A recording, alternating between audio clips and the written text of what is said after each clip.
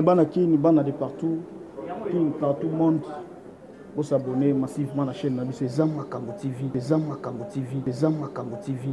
Bah nous j'ai dit toko, ah tout fin raté, ah tout le bara, maramba bien politique, musique, vie sociale, donc pour s'abonner massivement et ça l'a bien quoi.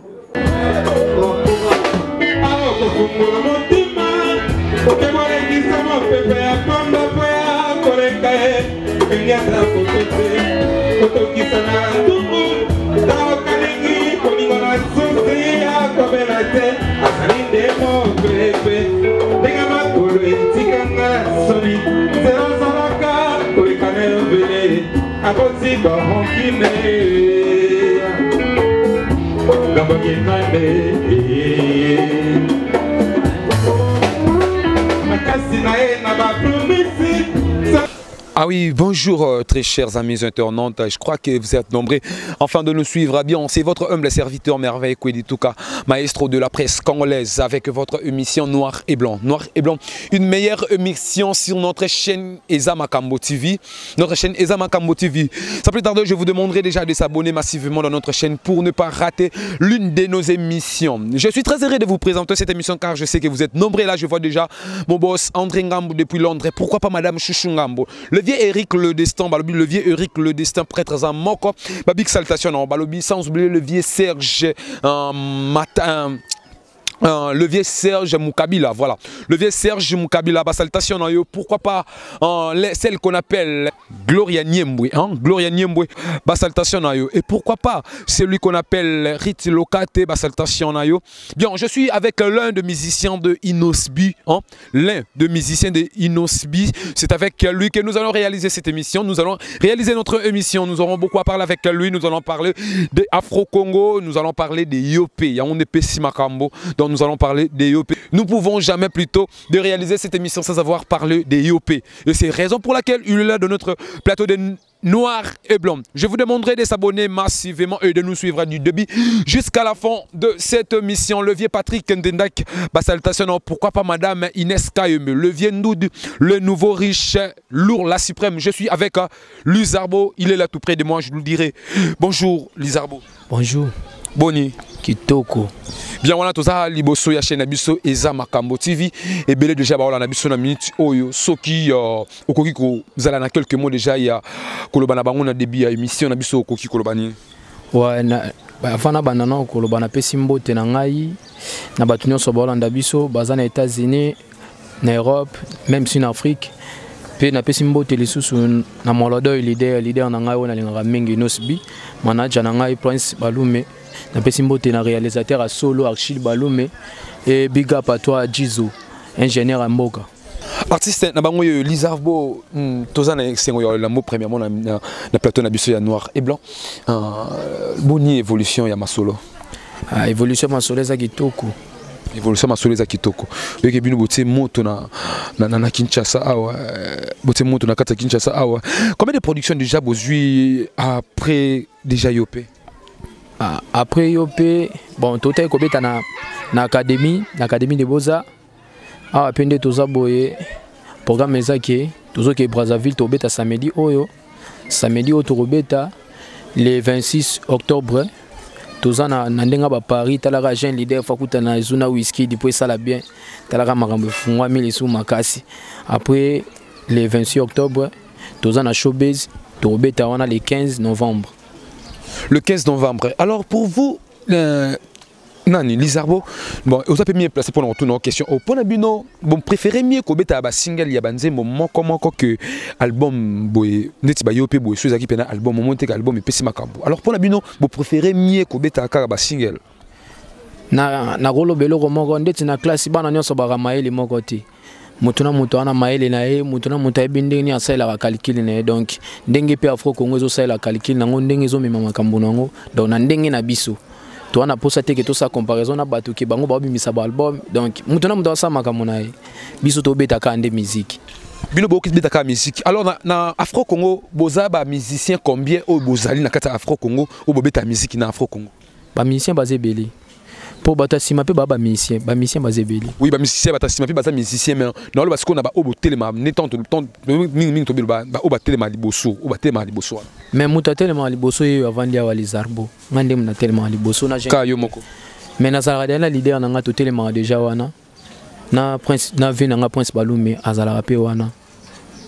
Na vie prince Balume azala pe wana. Alors nazo yebate mais quand il peut faire comprendre bisona balana biso na Afro Congo ezali groupe d'accompagnement ezali orchestre o ezali pena bien structuré ezana ba chanteur ya ba première voix ba deuxième voix to ezaka binomi balé nde boza wana lokola ba défender ya chant na Afro Congo. Bon yango na oto ebiso ke mutuna mutaza ndenga sala makambo na ye.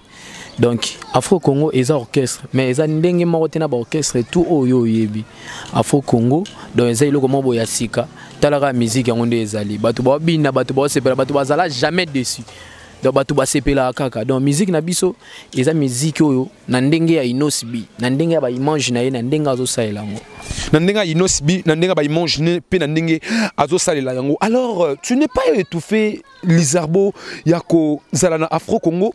Normalement, toyebi lorsque tu n'osais pas ouer ensemble, n'osais pas ouer ensemble, tu n'osais pas Koffi Olomide, entre temps, tu n'osais pas héritier Watanabe, que je salue aussi à penser. Au moins, que non, musicien, moi, je moi chant naï, musicien, moi, moi vocal naï, musicien, moi, ça l'appelle moi l'eau, moi. Alors, les arbres est étouffé dans Afro Congo parce que tout le monde a kaka yopé, tout le monde a kaka boukalelo. Tout le monde a kaka nini, dans ma blog, moi, il y a bongo, mais yosko yo, aux anakata y a Afro Congo, mais oza pena ko jouer rôle na yo te en tant que musicien te ko jouer rôle na ngate ezande siko ke makambo wana tango ekoma to sala ngo nyonso na nde moi bien parce que o déjà singa na sala na sala ngo eta ke na défendre déjà groupe donc c'est que makambo nyonso eza bien o wana petango ekoma to sala ngo kaka wana petango ekokoma boko sala ngo kaka. Alors est-ce que Lizarbo tu joues pleinement rôle na yo en tant que musicien et puis ozo bénéficier na kati ya Afro Congo ezala kaka te ke non le pomoni caméra no lo ba malamu mais ezala pe ke non à part caméra o lo pena o espèce makambo chose la vérité nazara déjà pepeli na kati Afro Congo parce que na lega na ba groupe mais ndi nazana Afro Congo nyonso na mona déjà za kitoko lo aboso est-ce que baza ko étouffer te non ko étouffer ngai Lizarbo yo tina na ko étouffer ngai yo mona déjà mutu ba étouffer mais batikele ya lekasu na émission loba alobela makambo eza en groupe naza étouffer te naza l'aise. Lizarbo yo nayebi ke non musicien lorsque tu es mon moko azana mon salaire nango ati moi vocal moko moi bilo pe msuzo ya. Alors Lizarbo na kata Afro Congo yo non o bénéficie ça nengeni est-ce que ba futa yo bon ko futa Afro Congo eza compagnie te le wa ceux qui moto sala so na compagnie ni faut ba futa gaé tu jusqu'à les 30 biso to za na système ya kata bal to beti concert j'ai l'idée ratali yo posi pe le kasa na OK na ndenge na yefa ke makamuna na ndenge na donc ça système ya kata bal mbala moko donc tant aussi ça va concert boy Lizarbo ya yango yefa ke makamuna Lizarbo yo yango. Alors Lizarbo depuis que tu es sur Afro Congo au sein du groupe Afro Congo et le jeune leader Inosbi Balume que je salue en passant. Combien de temps déjà Lizarbo a na kati ya groupe wana et puis combien de productions oya ba concert ya libanda oyo sali? Bon, non qui est déjà 2 ans, son abosante non qui est déjà 2 ans. Ba production libanda bon, ils ont attendu un comité et oya 42. Ba production libanda nazaki na tozaki kana kata mboka mais to betema province tozaki na Lubumbashi. Siko to na kin tozaki pe na Goma. Donc makambozo ya kaka. Makamozu Akaka. Alors là, je vois déjà derrière la caméra, j'avais oublié Asaninga Isin, Isaac Zola. Pourquoi pas celui qu'on appelle Christian Gomez. Christian Gomez, mon frère, je te salue là où tu es. Et sans oublier Balobi, Jésus Kadio Dia Balobi. Jésus Kadio Dia depuis Wapiakot Sinakati à Paris. Donc, salutation, on a vu que Scott Okozala Pena en contact. Lena la Zaïroise, la petite terre propre. Gloire Tamas Thérèse. Salutation, Nabino Nazana Lizarbo. Lizarbo. Alors, balano baola na biso wana babika ke no musicien ya Inosbi. Alors, osa biso moi jemo we ngai na balana na biso. Osa biso moi jemo we opesa biso o mema biso na ba lignée oyo pesa na kata Afro Congo. Est-ce que osa prêt osa biso le kon? On est musala ngado nazaka après nazaka pris na chaque temps na rosala. Alors, ça biso moi jangot. Et c'est ça pena le vieux Eric le destin. Ouais. Yokanga limbisanga bebe na mabe nyonso nasala yo linganga na motema na yo mobimba mpo ezala bien parce que kolinganga eza lokola Jésus na 12 apôtres pesanga motema na yo mobimba mpo na yo kasai eza lokola inosi vision leader na Lizarbo tozoyemba pepele pepele na yebi ke bosepeli tozoyemba pepele pepele Platini mbala Milano tozoyemba pepele pepele shilala mobali wana bazanga rate tango nazano chéri na miyo kaka pepele tango nazano bébé na miyo kaka butabu yo pepele pepele pepele. Donc, mystique. Pépélé, Pépélé, là c'était Lizarbo, hein, l'un des musiciens de Inosbi, de Afro Congo. C'est avec lui que nous réalisons notre émission. Je sais que vous êtes nombreux enfin de nous suivre. Je vous demanderai toujours de s'abonner dans notre chaîne Eza Makambo TV Po Yangonde Vitesse Yanyama. Là c'est votre humble serviteur merveille Kodituka, maestro de la presse congolaise. Alors, Lizarbo, tout un homme qui est. Problème ni ezali Inosbi. Naba leader ya mboka na biso. Makambo eza bien. Makambo eza bien. Makambo eza bien. Yo ça na problème na mutu te. Yo ngo baso makambo eza bien lokwa biso to na Afghanistan. Biso to na Congo. Yo siko oza na makambo ni parce que biso to ebika na minito Afro Congo. Voilà le problème na ba Fally Ipupa, je ne sais pas moi, c'est que moi je sais parce que moi je suis presse. Vous avez un problème na ba Fally Ipupa, voilà dans les réseaux sociaux, vous avez un problème normalement na DJ Abdul tout consort. Il paraît que Bino bozo respecter l'aîné na bino te na musique congolaise pour na nini bino vzalaka na jeune leader te mutu nyonso osa musique na kitoko biso to na problème na mutu te biso pe to saka musique na biso donc bato wana babanda musique kala na biso pe bato to bandi musique lelo donc biso tout to betaka musique biso ezaka ke na minito Afro Congo nda akangi makambo Afro Congo na akangi makambo siko po ani bino bozui couronne ya bato bozui bolatisi yango nantaba elingi koloba nini couronne ya bato balati na ntaba yo liaka ntaba te siko bonga so liaka ntaba c'est normalement faut bolata ntaba couronne mais na bitango déjà moni ntaba balati couronne ola imagine so ke na chete okuta ntaba so ke wapo okuta ntaba do tabalia maka so monde balati ntaba couronne il faut se pelate vidéo ezali que non peut-être Inosbi lelo azoboya peut-être Vena Fally peut-être Vena Fally qui a un gras qui a boyé ce que d'après yo beaucoup de que non wana za mbiaka na makama musique pe na tout ça beta makasi yopé oui bien que yopé zo beta makasi yopé original les 4 millions de vies yopé remix les 9 millions de vies donc biso to saka musala donc afo Congo na minito akangi pena banda na Congo ti na Afrique tozo binisa bato na ndemo ti kuto Europe lisusu donc to baka Monde m'a déjà zobina yopi. Monde m'a zobina. Alors le quoi la musique ya Congo et qu'il y a polémique et là la polémique et fou la mana polémique c'est que yango na ebi kino sima ya mob no bo memelango to sima ya mamul leader ra memela yango yo pepe sima makambo ya ndenge nini wana. Parce que ya boya batuti. Ndeti nani oyo ebi no saboya e. Non nga za ate nga wana za te pona tanga TV parce que yo makambo na lo yo yebi yango. Bana na biso ba yebi yango que non peut-être ça na batumi bale o peut-être ana moka oyo lelo peut-être so tse bango Inosbi na bango peut-être simba. Ino sayebi ke mutu nyonso sa musique na kitoko. Siko bino bo memela musique yango. To memela ngonde nini parce que Gezma weta sa musique na kitoko. Biso pe to beta musique na biso kitoko. Lizarbo minito pe to kangi na biso pe ka mbokango. Lizarbo mekano ko éclaircir na balana na biso entre Diamond na Inosbi na kino luka mninga po beta featuring. Diamond nda sepele na musique na biso. A s'intéresser na jeune leader pe basali su yo pe remix yango no moniti. Basali remix yo pe yango na moni. Alors yo mo loba entre yo pe na binomoko na yo pe ya Diamond.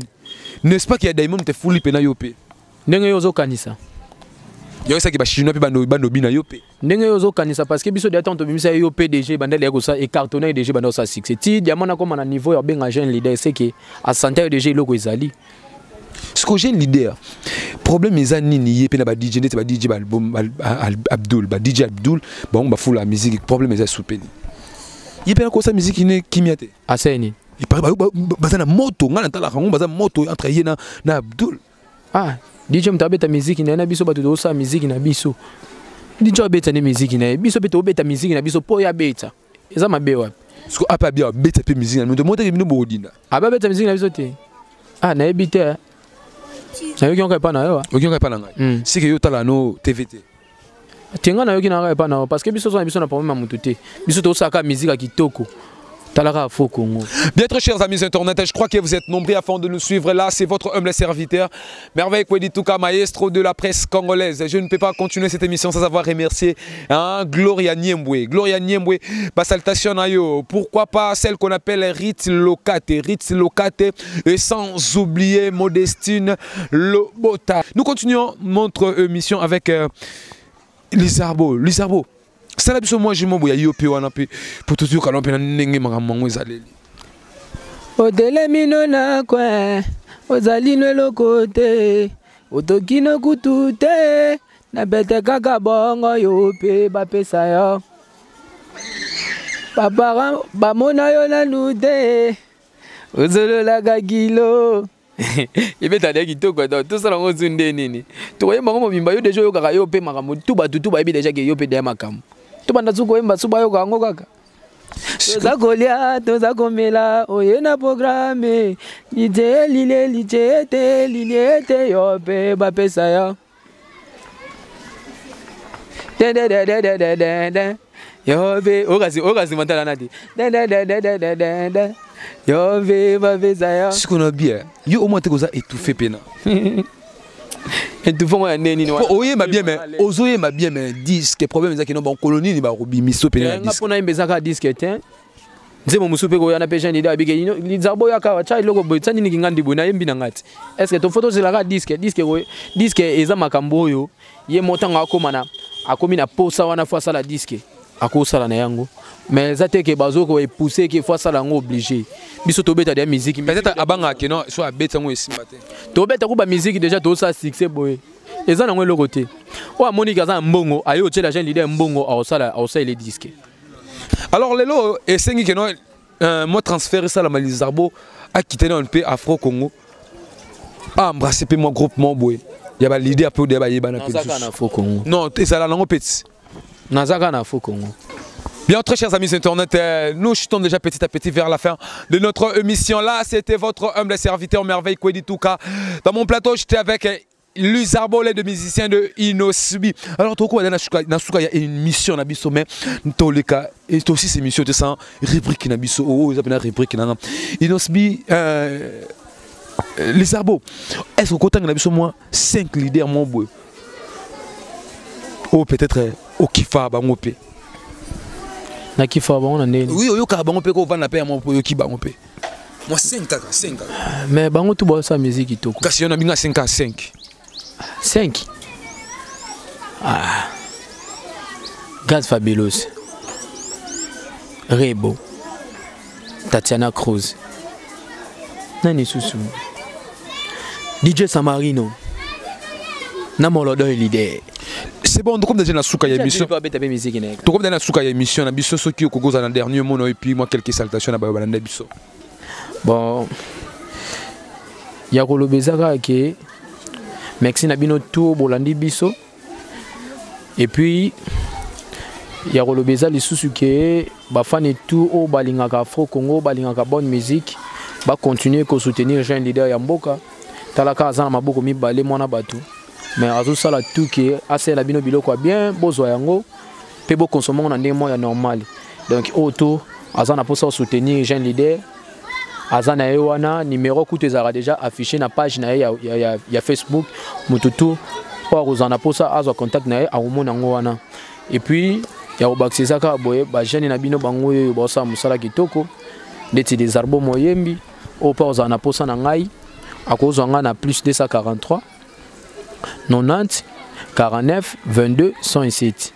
Vandeli plus 243 90 49 22 107. Wana beaucoup qui kozwa ngai et puis na opesa bambote na ngai ya liboso eza lokola na ve nanga Platini Milano depuis États-Unis d'Amérique et puis c'est de Champagne yepé lisusu na États-Unis d'Amérique na pesi Momo le Sénégalais depuis Sénégal na pesi sali levé Scramo chez Lala Mobali sotetive à Bokole Yorobo Sakuba Mobimba na pesi bino mbote Lise Sniper leader motomobile et puis na pesi Julia Mokadi na pesi Wilson et Luke jeudi Asensio Chris Libanga yope ayo basali na pesi mbote na ngai na Black Feli et puis joyeux anniversaire à Black Feli. Oui, na kopesa levé Ange Noir avec Ange Noir bambote na pesi kozali. Bon, bah l'équipe est belé et puis Nati la Congolaise, Nati la Congolaise, Nana Keter bambote na pesi kozali. Merci. Bien, très chers amis internet, là je suis déjà à la fin de mon émission. Je crois que vous étiez nombreux afin de nous suivre. Et c'était Lizarbo, l'un des musiciens de Inosibi, qui est le patron de l'Afro-Congo, du groupe Afro-Congo Inosibi que je salue. À passant, je ne peux pas mettre fin dans cette émission sans avoir remercié vous tous qui étaient branchés afin de nous suivre. Pourquoi pas, c'est lui qui est derrière la caméra. Là je vois déjà Isaac Zola, le caméraman le plus célèbre. Pourquoi pas héritier Waxi Sarah Moutela depuis les États-Unis d'Amérique. Balobi Annette Kinsala, le capi de son mari @mbunga. Patrick Ifolo, il y a Lauriane, Basaltation Nabino.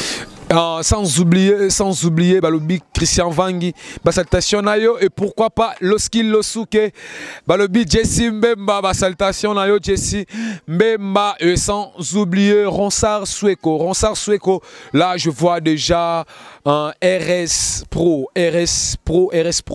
Babi Moussala Kitoko, le levier tornade Babi Simba Fictif Picture Makas, Janobamba Pomme de main, Pomme de main, venant, il a toujours casquette et ça, il y a 3 fois boss, Les arbres, un programme, il y a Afro-Congo et ça, la moi bien. Bon, nous déjà, samedi, nous en à Brazzaville, pour nous livrer concert à Boewana, et puis le 26 octobre, nous en à Paris pour nous écouter un whisky, et ça, la moi bien, les sous-sous. Pour talara rajen de dernier makambu na minito yo. Après wana tozongi awa tozana showbiz to beta wana le 15 novembre. Le 15 novembre pour na ba répétition mikolo yo repezaka en coulisses toza bombana talaka ba concentration makambu ezoya. Donc makambu yango wana ndezo tambola pour na kosilisa susu makasi bato pena ba ocha pena Lizarbo maboko na ndenge ya makambu etali mon vieux Gilele Ampoyo, Venangai Bachelor, Alino Kizaza, Levier Eric Bokatola. Wana pena bato bazo soutenir les arbos, Nandenga Bakini awa sambango ma wa plein. Donc yangona mesana ko pesa bango ba Mexi, Nandenge pena bazo cha petit na bango maboko. Ils ça la bien. Merci très chers amis internet, vous étiez nombreux afin de nous suivre. Là je suis déjà à la fin de mon émission. Abonnez-vous massivement à notre chaîne Eza Makambo TV. Le salutation à mon boss André Ngambo, pourquoi pas Zander Ritz, Tantine, salutation à Bino, on a Bino, tout le monde est sous Pick up.